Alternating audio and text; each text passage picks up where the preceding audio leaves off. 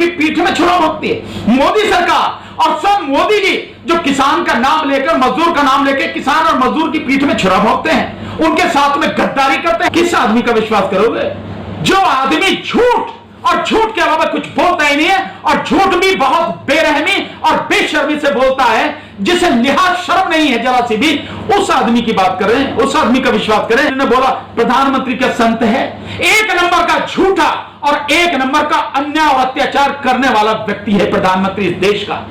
उसकी बात का विश्वास करेंगे जो सिर्फ अपने ही यारों के लिए और उद्योगपति और पूंजीपतियों के लिए जी रहा है, और अपने ही जो उनका एजेंडा है उसके लिए काम कर।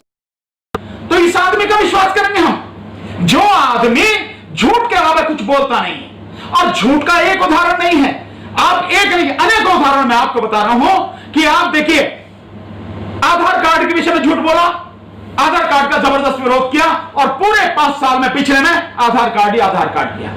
जीएसटी का विरोध किया, जीएसटी लाए, और जीएसटी में भी हालत क्या कर दी कि अब तक 3000 से ज्यादा इसमें संशोधन कर दिया, और सबके बावजूद भी जीएसटी सही नहीं हुई।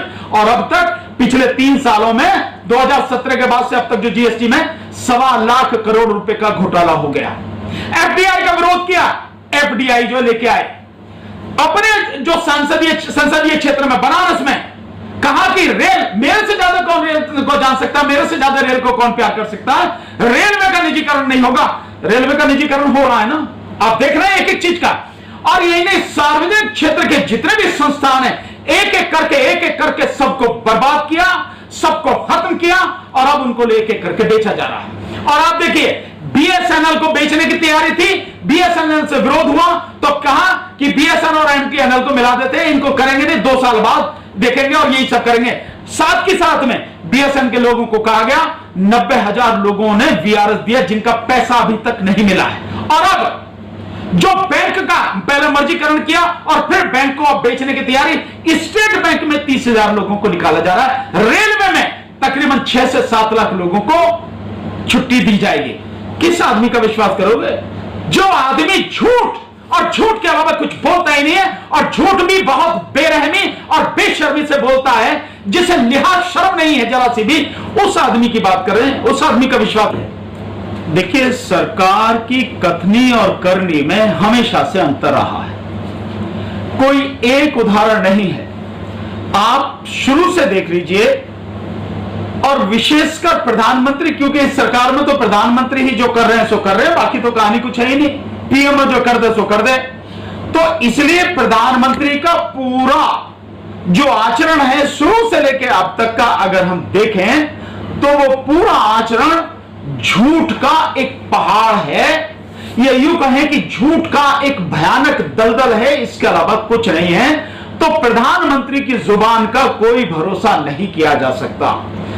अगर प्रधानमंत्री कहते हैं कि एमएसपी का इससे कोई लेना देना नहीं है, तो बहुत एक सिंपल सा सवाल है, सभी किसानों का भी है, मेरा भी है, विपक्ष का भी है और सबका है, कि उसमें बाकायदा लिख दिया जाए कि ये बिलों के बाद भी किसानों को जो स्वामीनाथन कमीशन की रिपोर्ट है उसमें एक्चुअल में जो C2 है, जिसमें किसान की मेहनत भी शामिल है, उसका 50% बढ़ाकर एमएसपी निश्चित रूप से गारंटेड मिलेगा किसानों को। आप बिल पास कर दीजिए, हमें कोई दिक्कत नहीं है। नंबर रही एक ये बात, ये मैं उनकी बात कह रहा हूं जो वो स्टॉक वगैरह सब कुछ करने वाली स्थिति है, यानी कि जो तीनों बिल हैं, मैं उन तीनों बिलों के संदर्भ में ये बात कह रहा हूं। जो एक आवश्यक वस्तु अधिनियम यानी कि इसेंशियल कमोडिटीज एक्ट वाला है, जो मंडी एपीएमसी यानी मंडी समिति वगैरह जो उनसे जुड़ा हुआ है, और तीसरा जो कॉन्ट्रैक्ट वो खेती वाला है। अब आप एक चीज और देखिए, प्रधानमंत्री का झूठ केवल इस बिल के ही संबंध में अगर मैं बात कहूं तो इससे कि अब तक किसान अपनी फसल कहीं और नहीं बेच सकता था, अब कहीं भी बेच सकता है। कांग्रेस के जमाने में भी बिल पास हुआ था, और अब से करीब 15 साल पहले से 10-15 साल पहले से ही किसान अगर चाहे तो देश के किसी भी हिस्से में अपनी उपज बेच सकता है। लेकिन क्या ये प्रैक्टिकली पॉसिबल है? क्या ये व्यावहारिक है? व्यावहारिक रूप में क्या ये संभव है? ये संभव नहीं है। क्यों संभव नहीं है? जो हमारे देश में किसान है, 11.5 करोड़ किसानों की संख्या है, 11.5 करोड़ हमारे देश में किसान है। उनसे जुड़े हुए तकरीबन 25 से 30 करोड़ मजदूर हैं। अब आप स्थिति ये देखिए कि जो अधिकतर किसान है, 80% किसान जो हैं, वो किसान वो हैं जिनके पास बहुत थोड़ी जमीन है, छोटी सी जमीन है, 10, 15, 20, 25 बीघा जमीन है। इस तरह की जो जमीन है उस पर जो उपजाता है वो फसल अपनी, उसे बेचने के लिए कहां जाएगा? क्या बिहार का किसान पंजाब आएगा बेचने के लिए, या पंजाब का किसान तमिलनाडु में जाएगा बेचने के लिए, या तमिलनाडु का किसान जो है यहां पर उत्तर प्रदेश में आके बेचेगा, या यहां का किसान गुजरात का किसान असम में जाएगा? असंभव नहीं है ना वो चीजें। तो आप व्यावहारिकता देखिए कि क्या संभव है क्या नहीं है। किसान को क्या होता है, वो तो उसके लिए तो बेचारे के लिए वो स्थिति होती है कि जब उसकी फसल कट के और निकल के उसके घर में आई तो उसे तुरंत बेचनी है। क्यों? क्योंकि उसने जो उस फसल के भरोसे जो उधार लेकर खाया है, जो उसके बच्चों की फीस जानी है, जो उसके बच्चों की शादी होनी है, जो हारी बीमारी में डॉक्टर का जो पैसा जो उधार हो गया है, वो जो उसको पे करना है, उन सारी चीजों को जो देखते हुए उसे फसल तुरंत बेचनी पड़ती है। उसी के लिए उसको वो सारी चीजें मिल पाती हैं, वो उधार उसे मिल पाता है, तो 1 मिनट भी रोकने की उसकी स्थिति होती नहीं है। और वो इस स्थिति में कभी नहीं है किसान, 80% किसान, कि वो अपनी फसल को स्टॉक कर सके, रोक सके, ऐसा कभी नहीं है। तो उसे तो वो फसल बेचनी है, और वो ये करेगा कि जहां भी हो सके, जिस जगह भी हो सके, जितनी जल्दी हो सके वो अपनी फसल बेच सके, उसका दाम मिल जाए।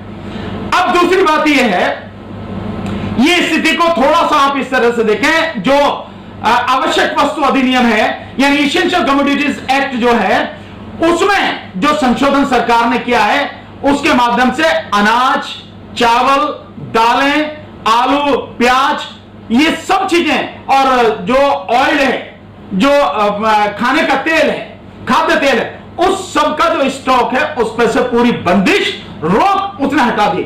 इसका नतीजा देखिए, इस देश में कभी भी जो देश के उद्योगपति हैं और व्यापारी हैं, वो देश की जनता के लिए, देश के लिए नहीं जीते, वो केवल और केवल अपने लिए जीते हैं, अपने मुनाफे के लिए, अपने पैसे के लिए, अपने फायदे के लिए काम करते हैं। देश जाओ भाड़ में, देश की जनता जाओ भाड़ में, उन्हें इससे कोई लेना देना नहीं है। तो होगा क्या?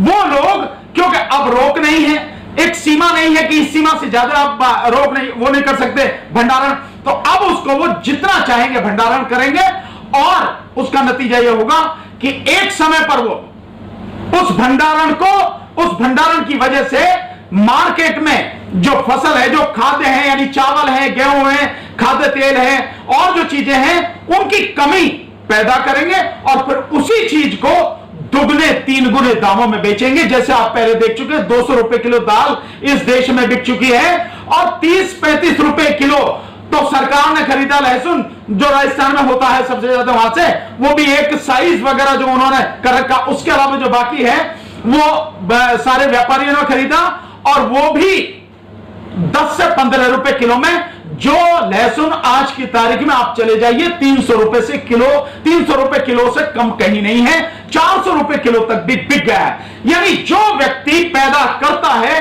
उस व्यक्ति को मात्र 10 से 15 रुपया, बहुत ज्यादा हो गया सरकार की मान ले तो 35 रुपए किलो, और बेच कौन रहा? व्यापारी, जिसने कुछ नहीं किया, सिर्फ जिसने अपने पैसे के दम पर उसको खरीद के रख लिया, स्टॉक करके रख लिया, और फिर उसने बेचा। वो कितना? 10 गुना दामों में, 300, 350, 400 रुपए किलो में यह स्थिति है। आप इसको समझ सकते हैं कि 10 गुना और 20 गुना दामों में। तो ठीक ऐसे ही होगा कि जब सीमा नहीं है, अंधाधुंध स्टॉक होगा, और जब उन्हें बेचना होगा उसकी कमी पैदा करेंगे, और 10 गुने, 20 गुने, या 4 गुने, 6 गुने, 2 गुने, 3 गुने दामों में वो बेचेंगे। इसकी स्थिति तो रही है। दूसरा, मंडी समितियों, एक तरफ सरकार कहती है, अपने 2 बजटों में उन्होंने कहा सरकार ने कि 22,000 कृषि मंडियां जो हैं वो स्थापित करेंगे। इसी सरकार ने कहा, मोदी सरकार ने कहा।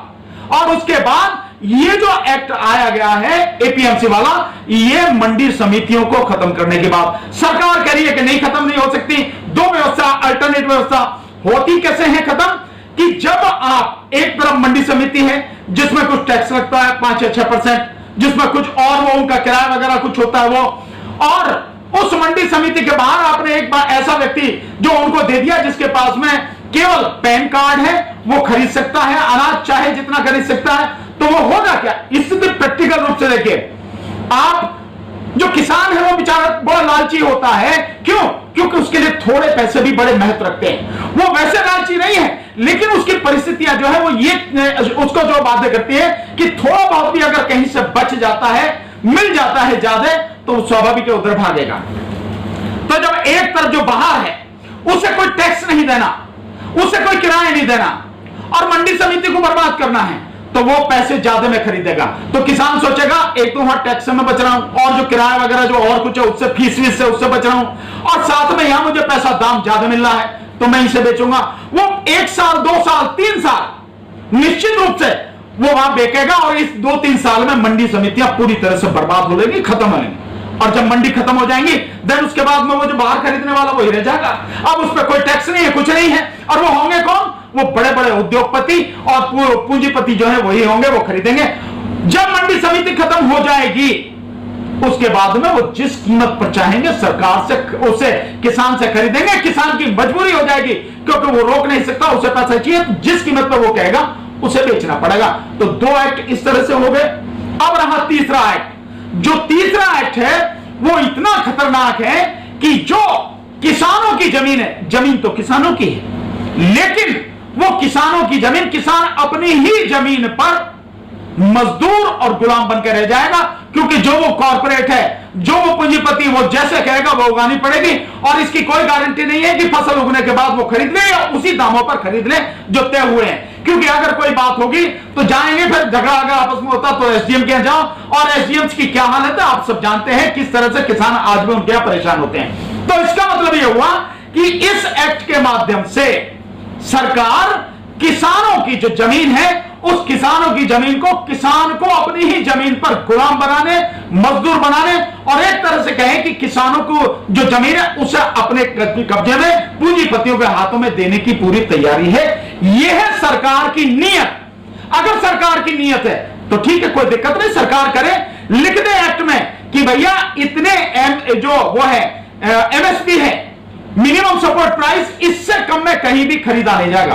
कर ले, कोई दिक्कत नहीं, लिखित में दे सरकार इस बात को, एक्ट में इसका प्रोविजन करे, लेकिन ऐसा करने को तैयार नहीं है। तो ये तीनों बिल इस देश के किसान और खेती को बर्बाद करने और अपने यार पूंजीपतियों को देने की तैयारी है। तो ये सब कुछ जो है, जो मंडी समितियां जिस तरह से बर्बाद की जा रही हैं, ये सारा जो किया होगा अब इसके बाद में, ये सब कुछ आप विश्वास नहीं कर सकते। और किस लिए जरूरी है मंडी समिति, इसका आप समझ सकते हैं। मंडियां तो मैं समझता हूं 22,000 तो सरकार के रही है, 22,000 से भी ज्यादा इस देश में मंडियां स्थापित करने की जरूरत है, ताकि किसान कम से कम दूरी पर अपनी फसल को बेच सके। और निश्चित होना चाहिए कि C2 एक्चुअल में स्वामीनाथन कमीशन वाला C2 जो है वो जो किसान है उसको मिले। और मैं आपको एक आंकड़ा बता देता हूं, अगर आज की तारीख में केवल गेहूं की बात मैं करूं, अगर गेहूं का जो इस समय मिनिमम सपोर्ट प्राइस है, एमएसपी है, वो 1900 रुपए के आसपास है, एग्जैक्ट मुझे नहीं मालूम, उसको ईमानदारी से अगर C2 से वो करें तो 3000 के पार कम से कम वो जाएगा। 3000 रुपए प्रति क्विंटल, इतना रेट आप तय कर दीजिए, किसान को किसी चीज की जरूरत नहीं है। करिए ना, आप तय कीजिए ईमानदारी से, अगर आपने C2 कर दिया, लेकिन सरकार कर नहीं रही और ये बेईमान सरकार है, पल पल झूठ बोलती है, इसका कैसे विश्वास किया जाएगा? कभी विश्वास नहीं किया जा सकता। Press the bell icon on the YouTube app and never miss another update.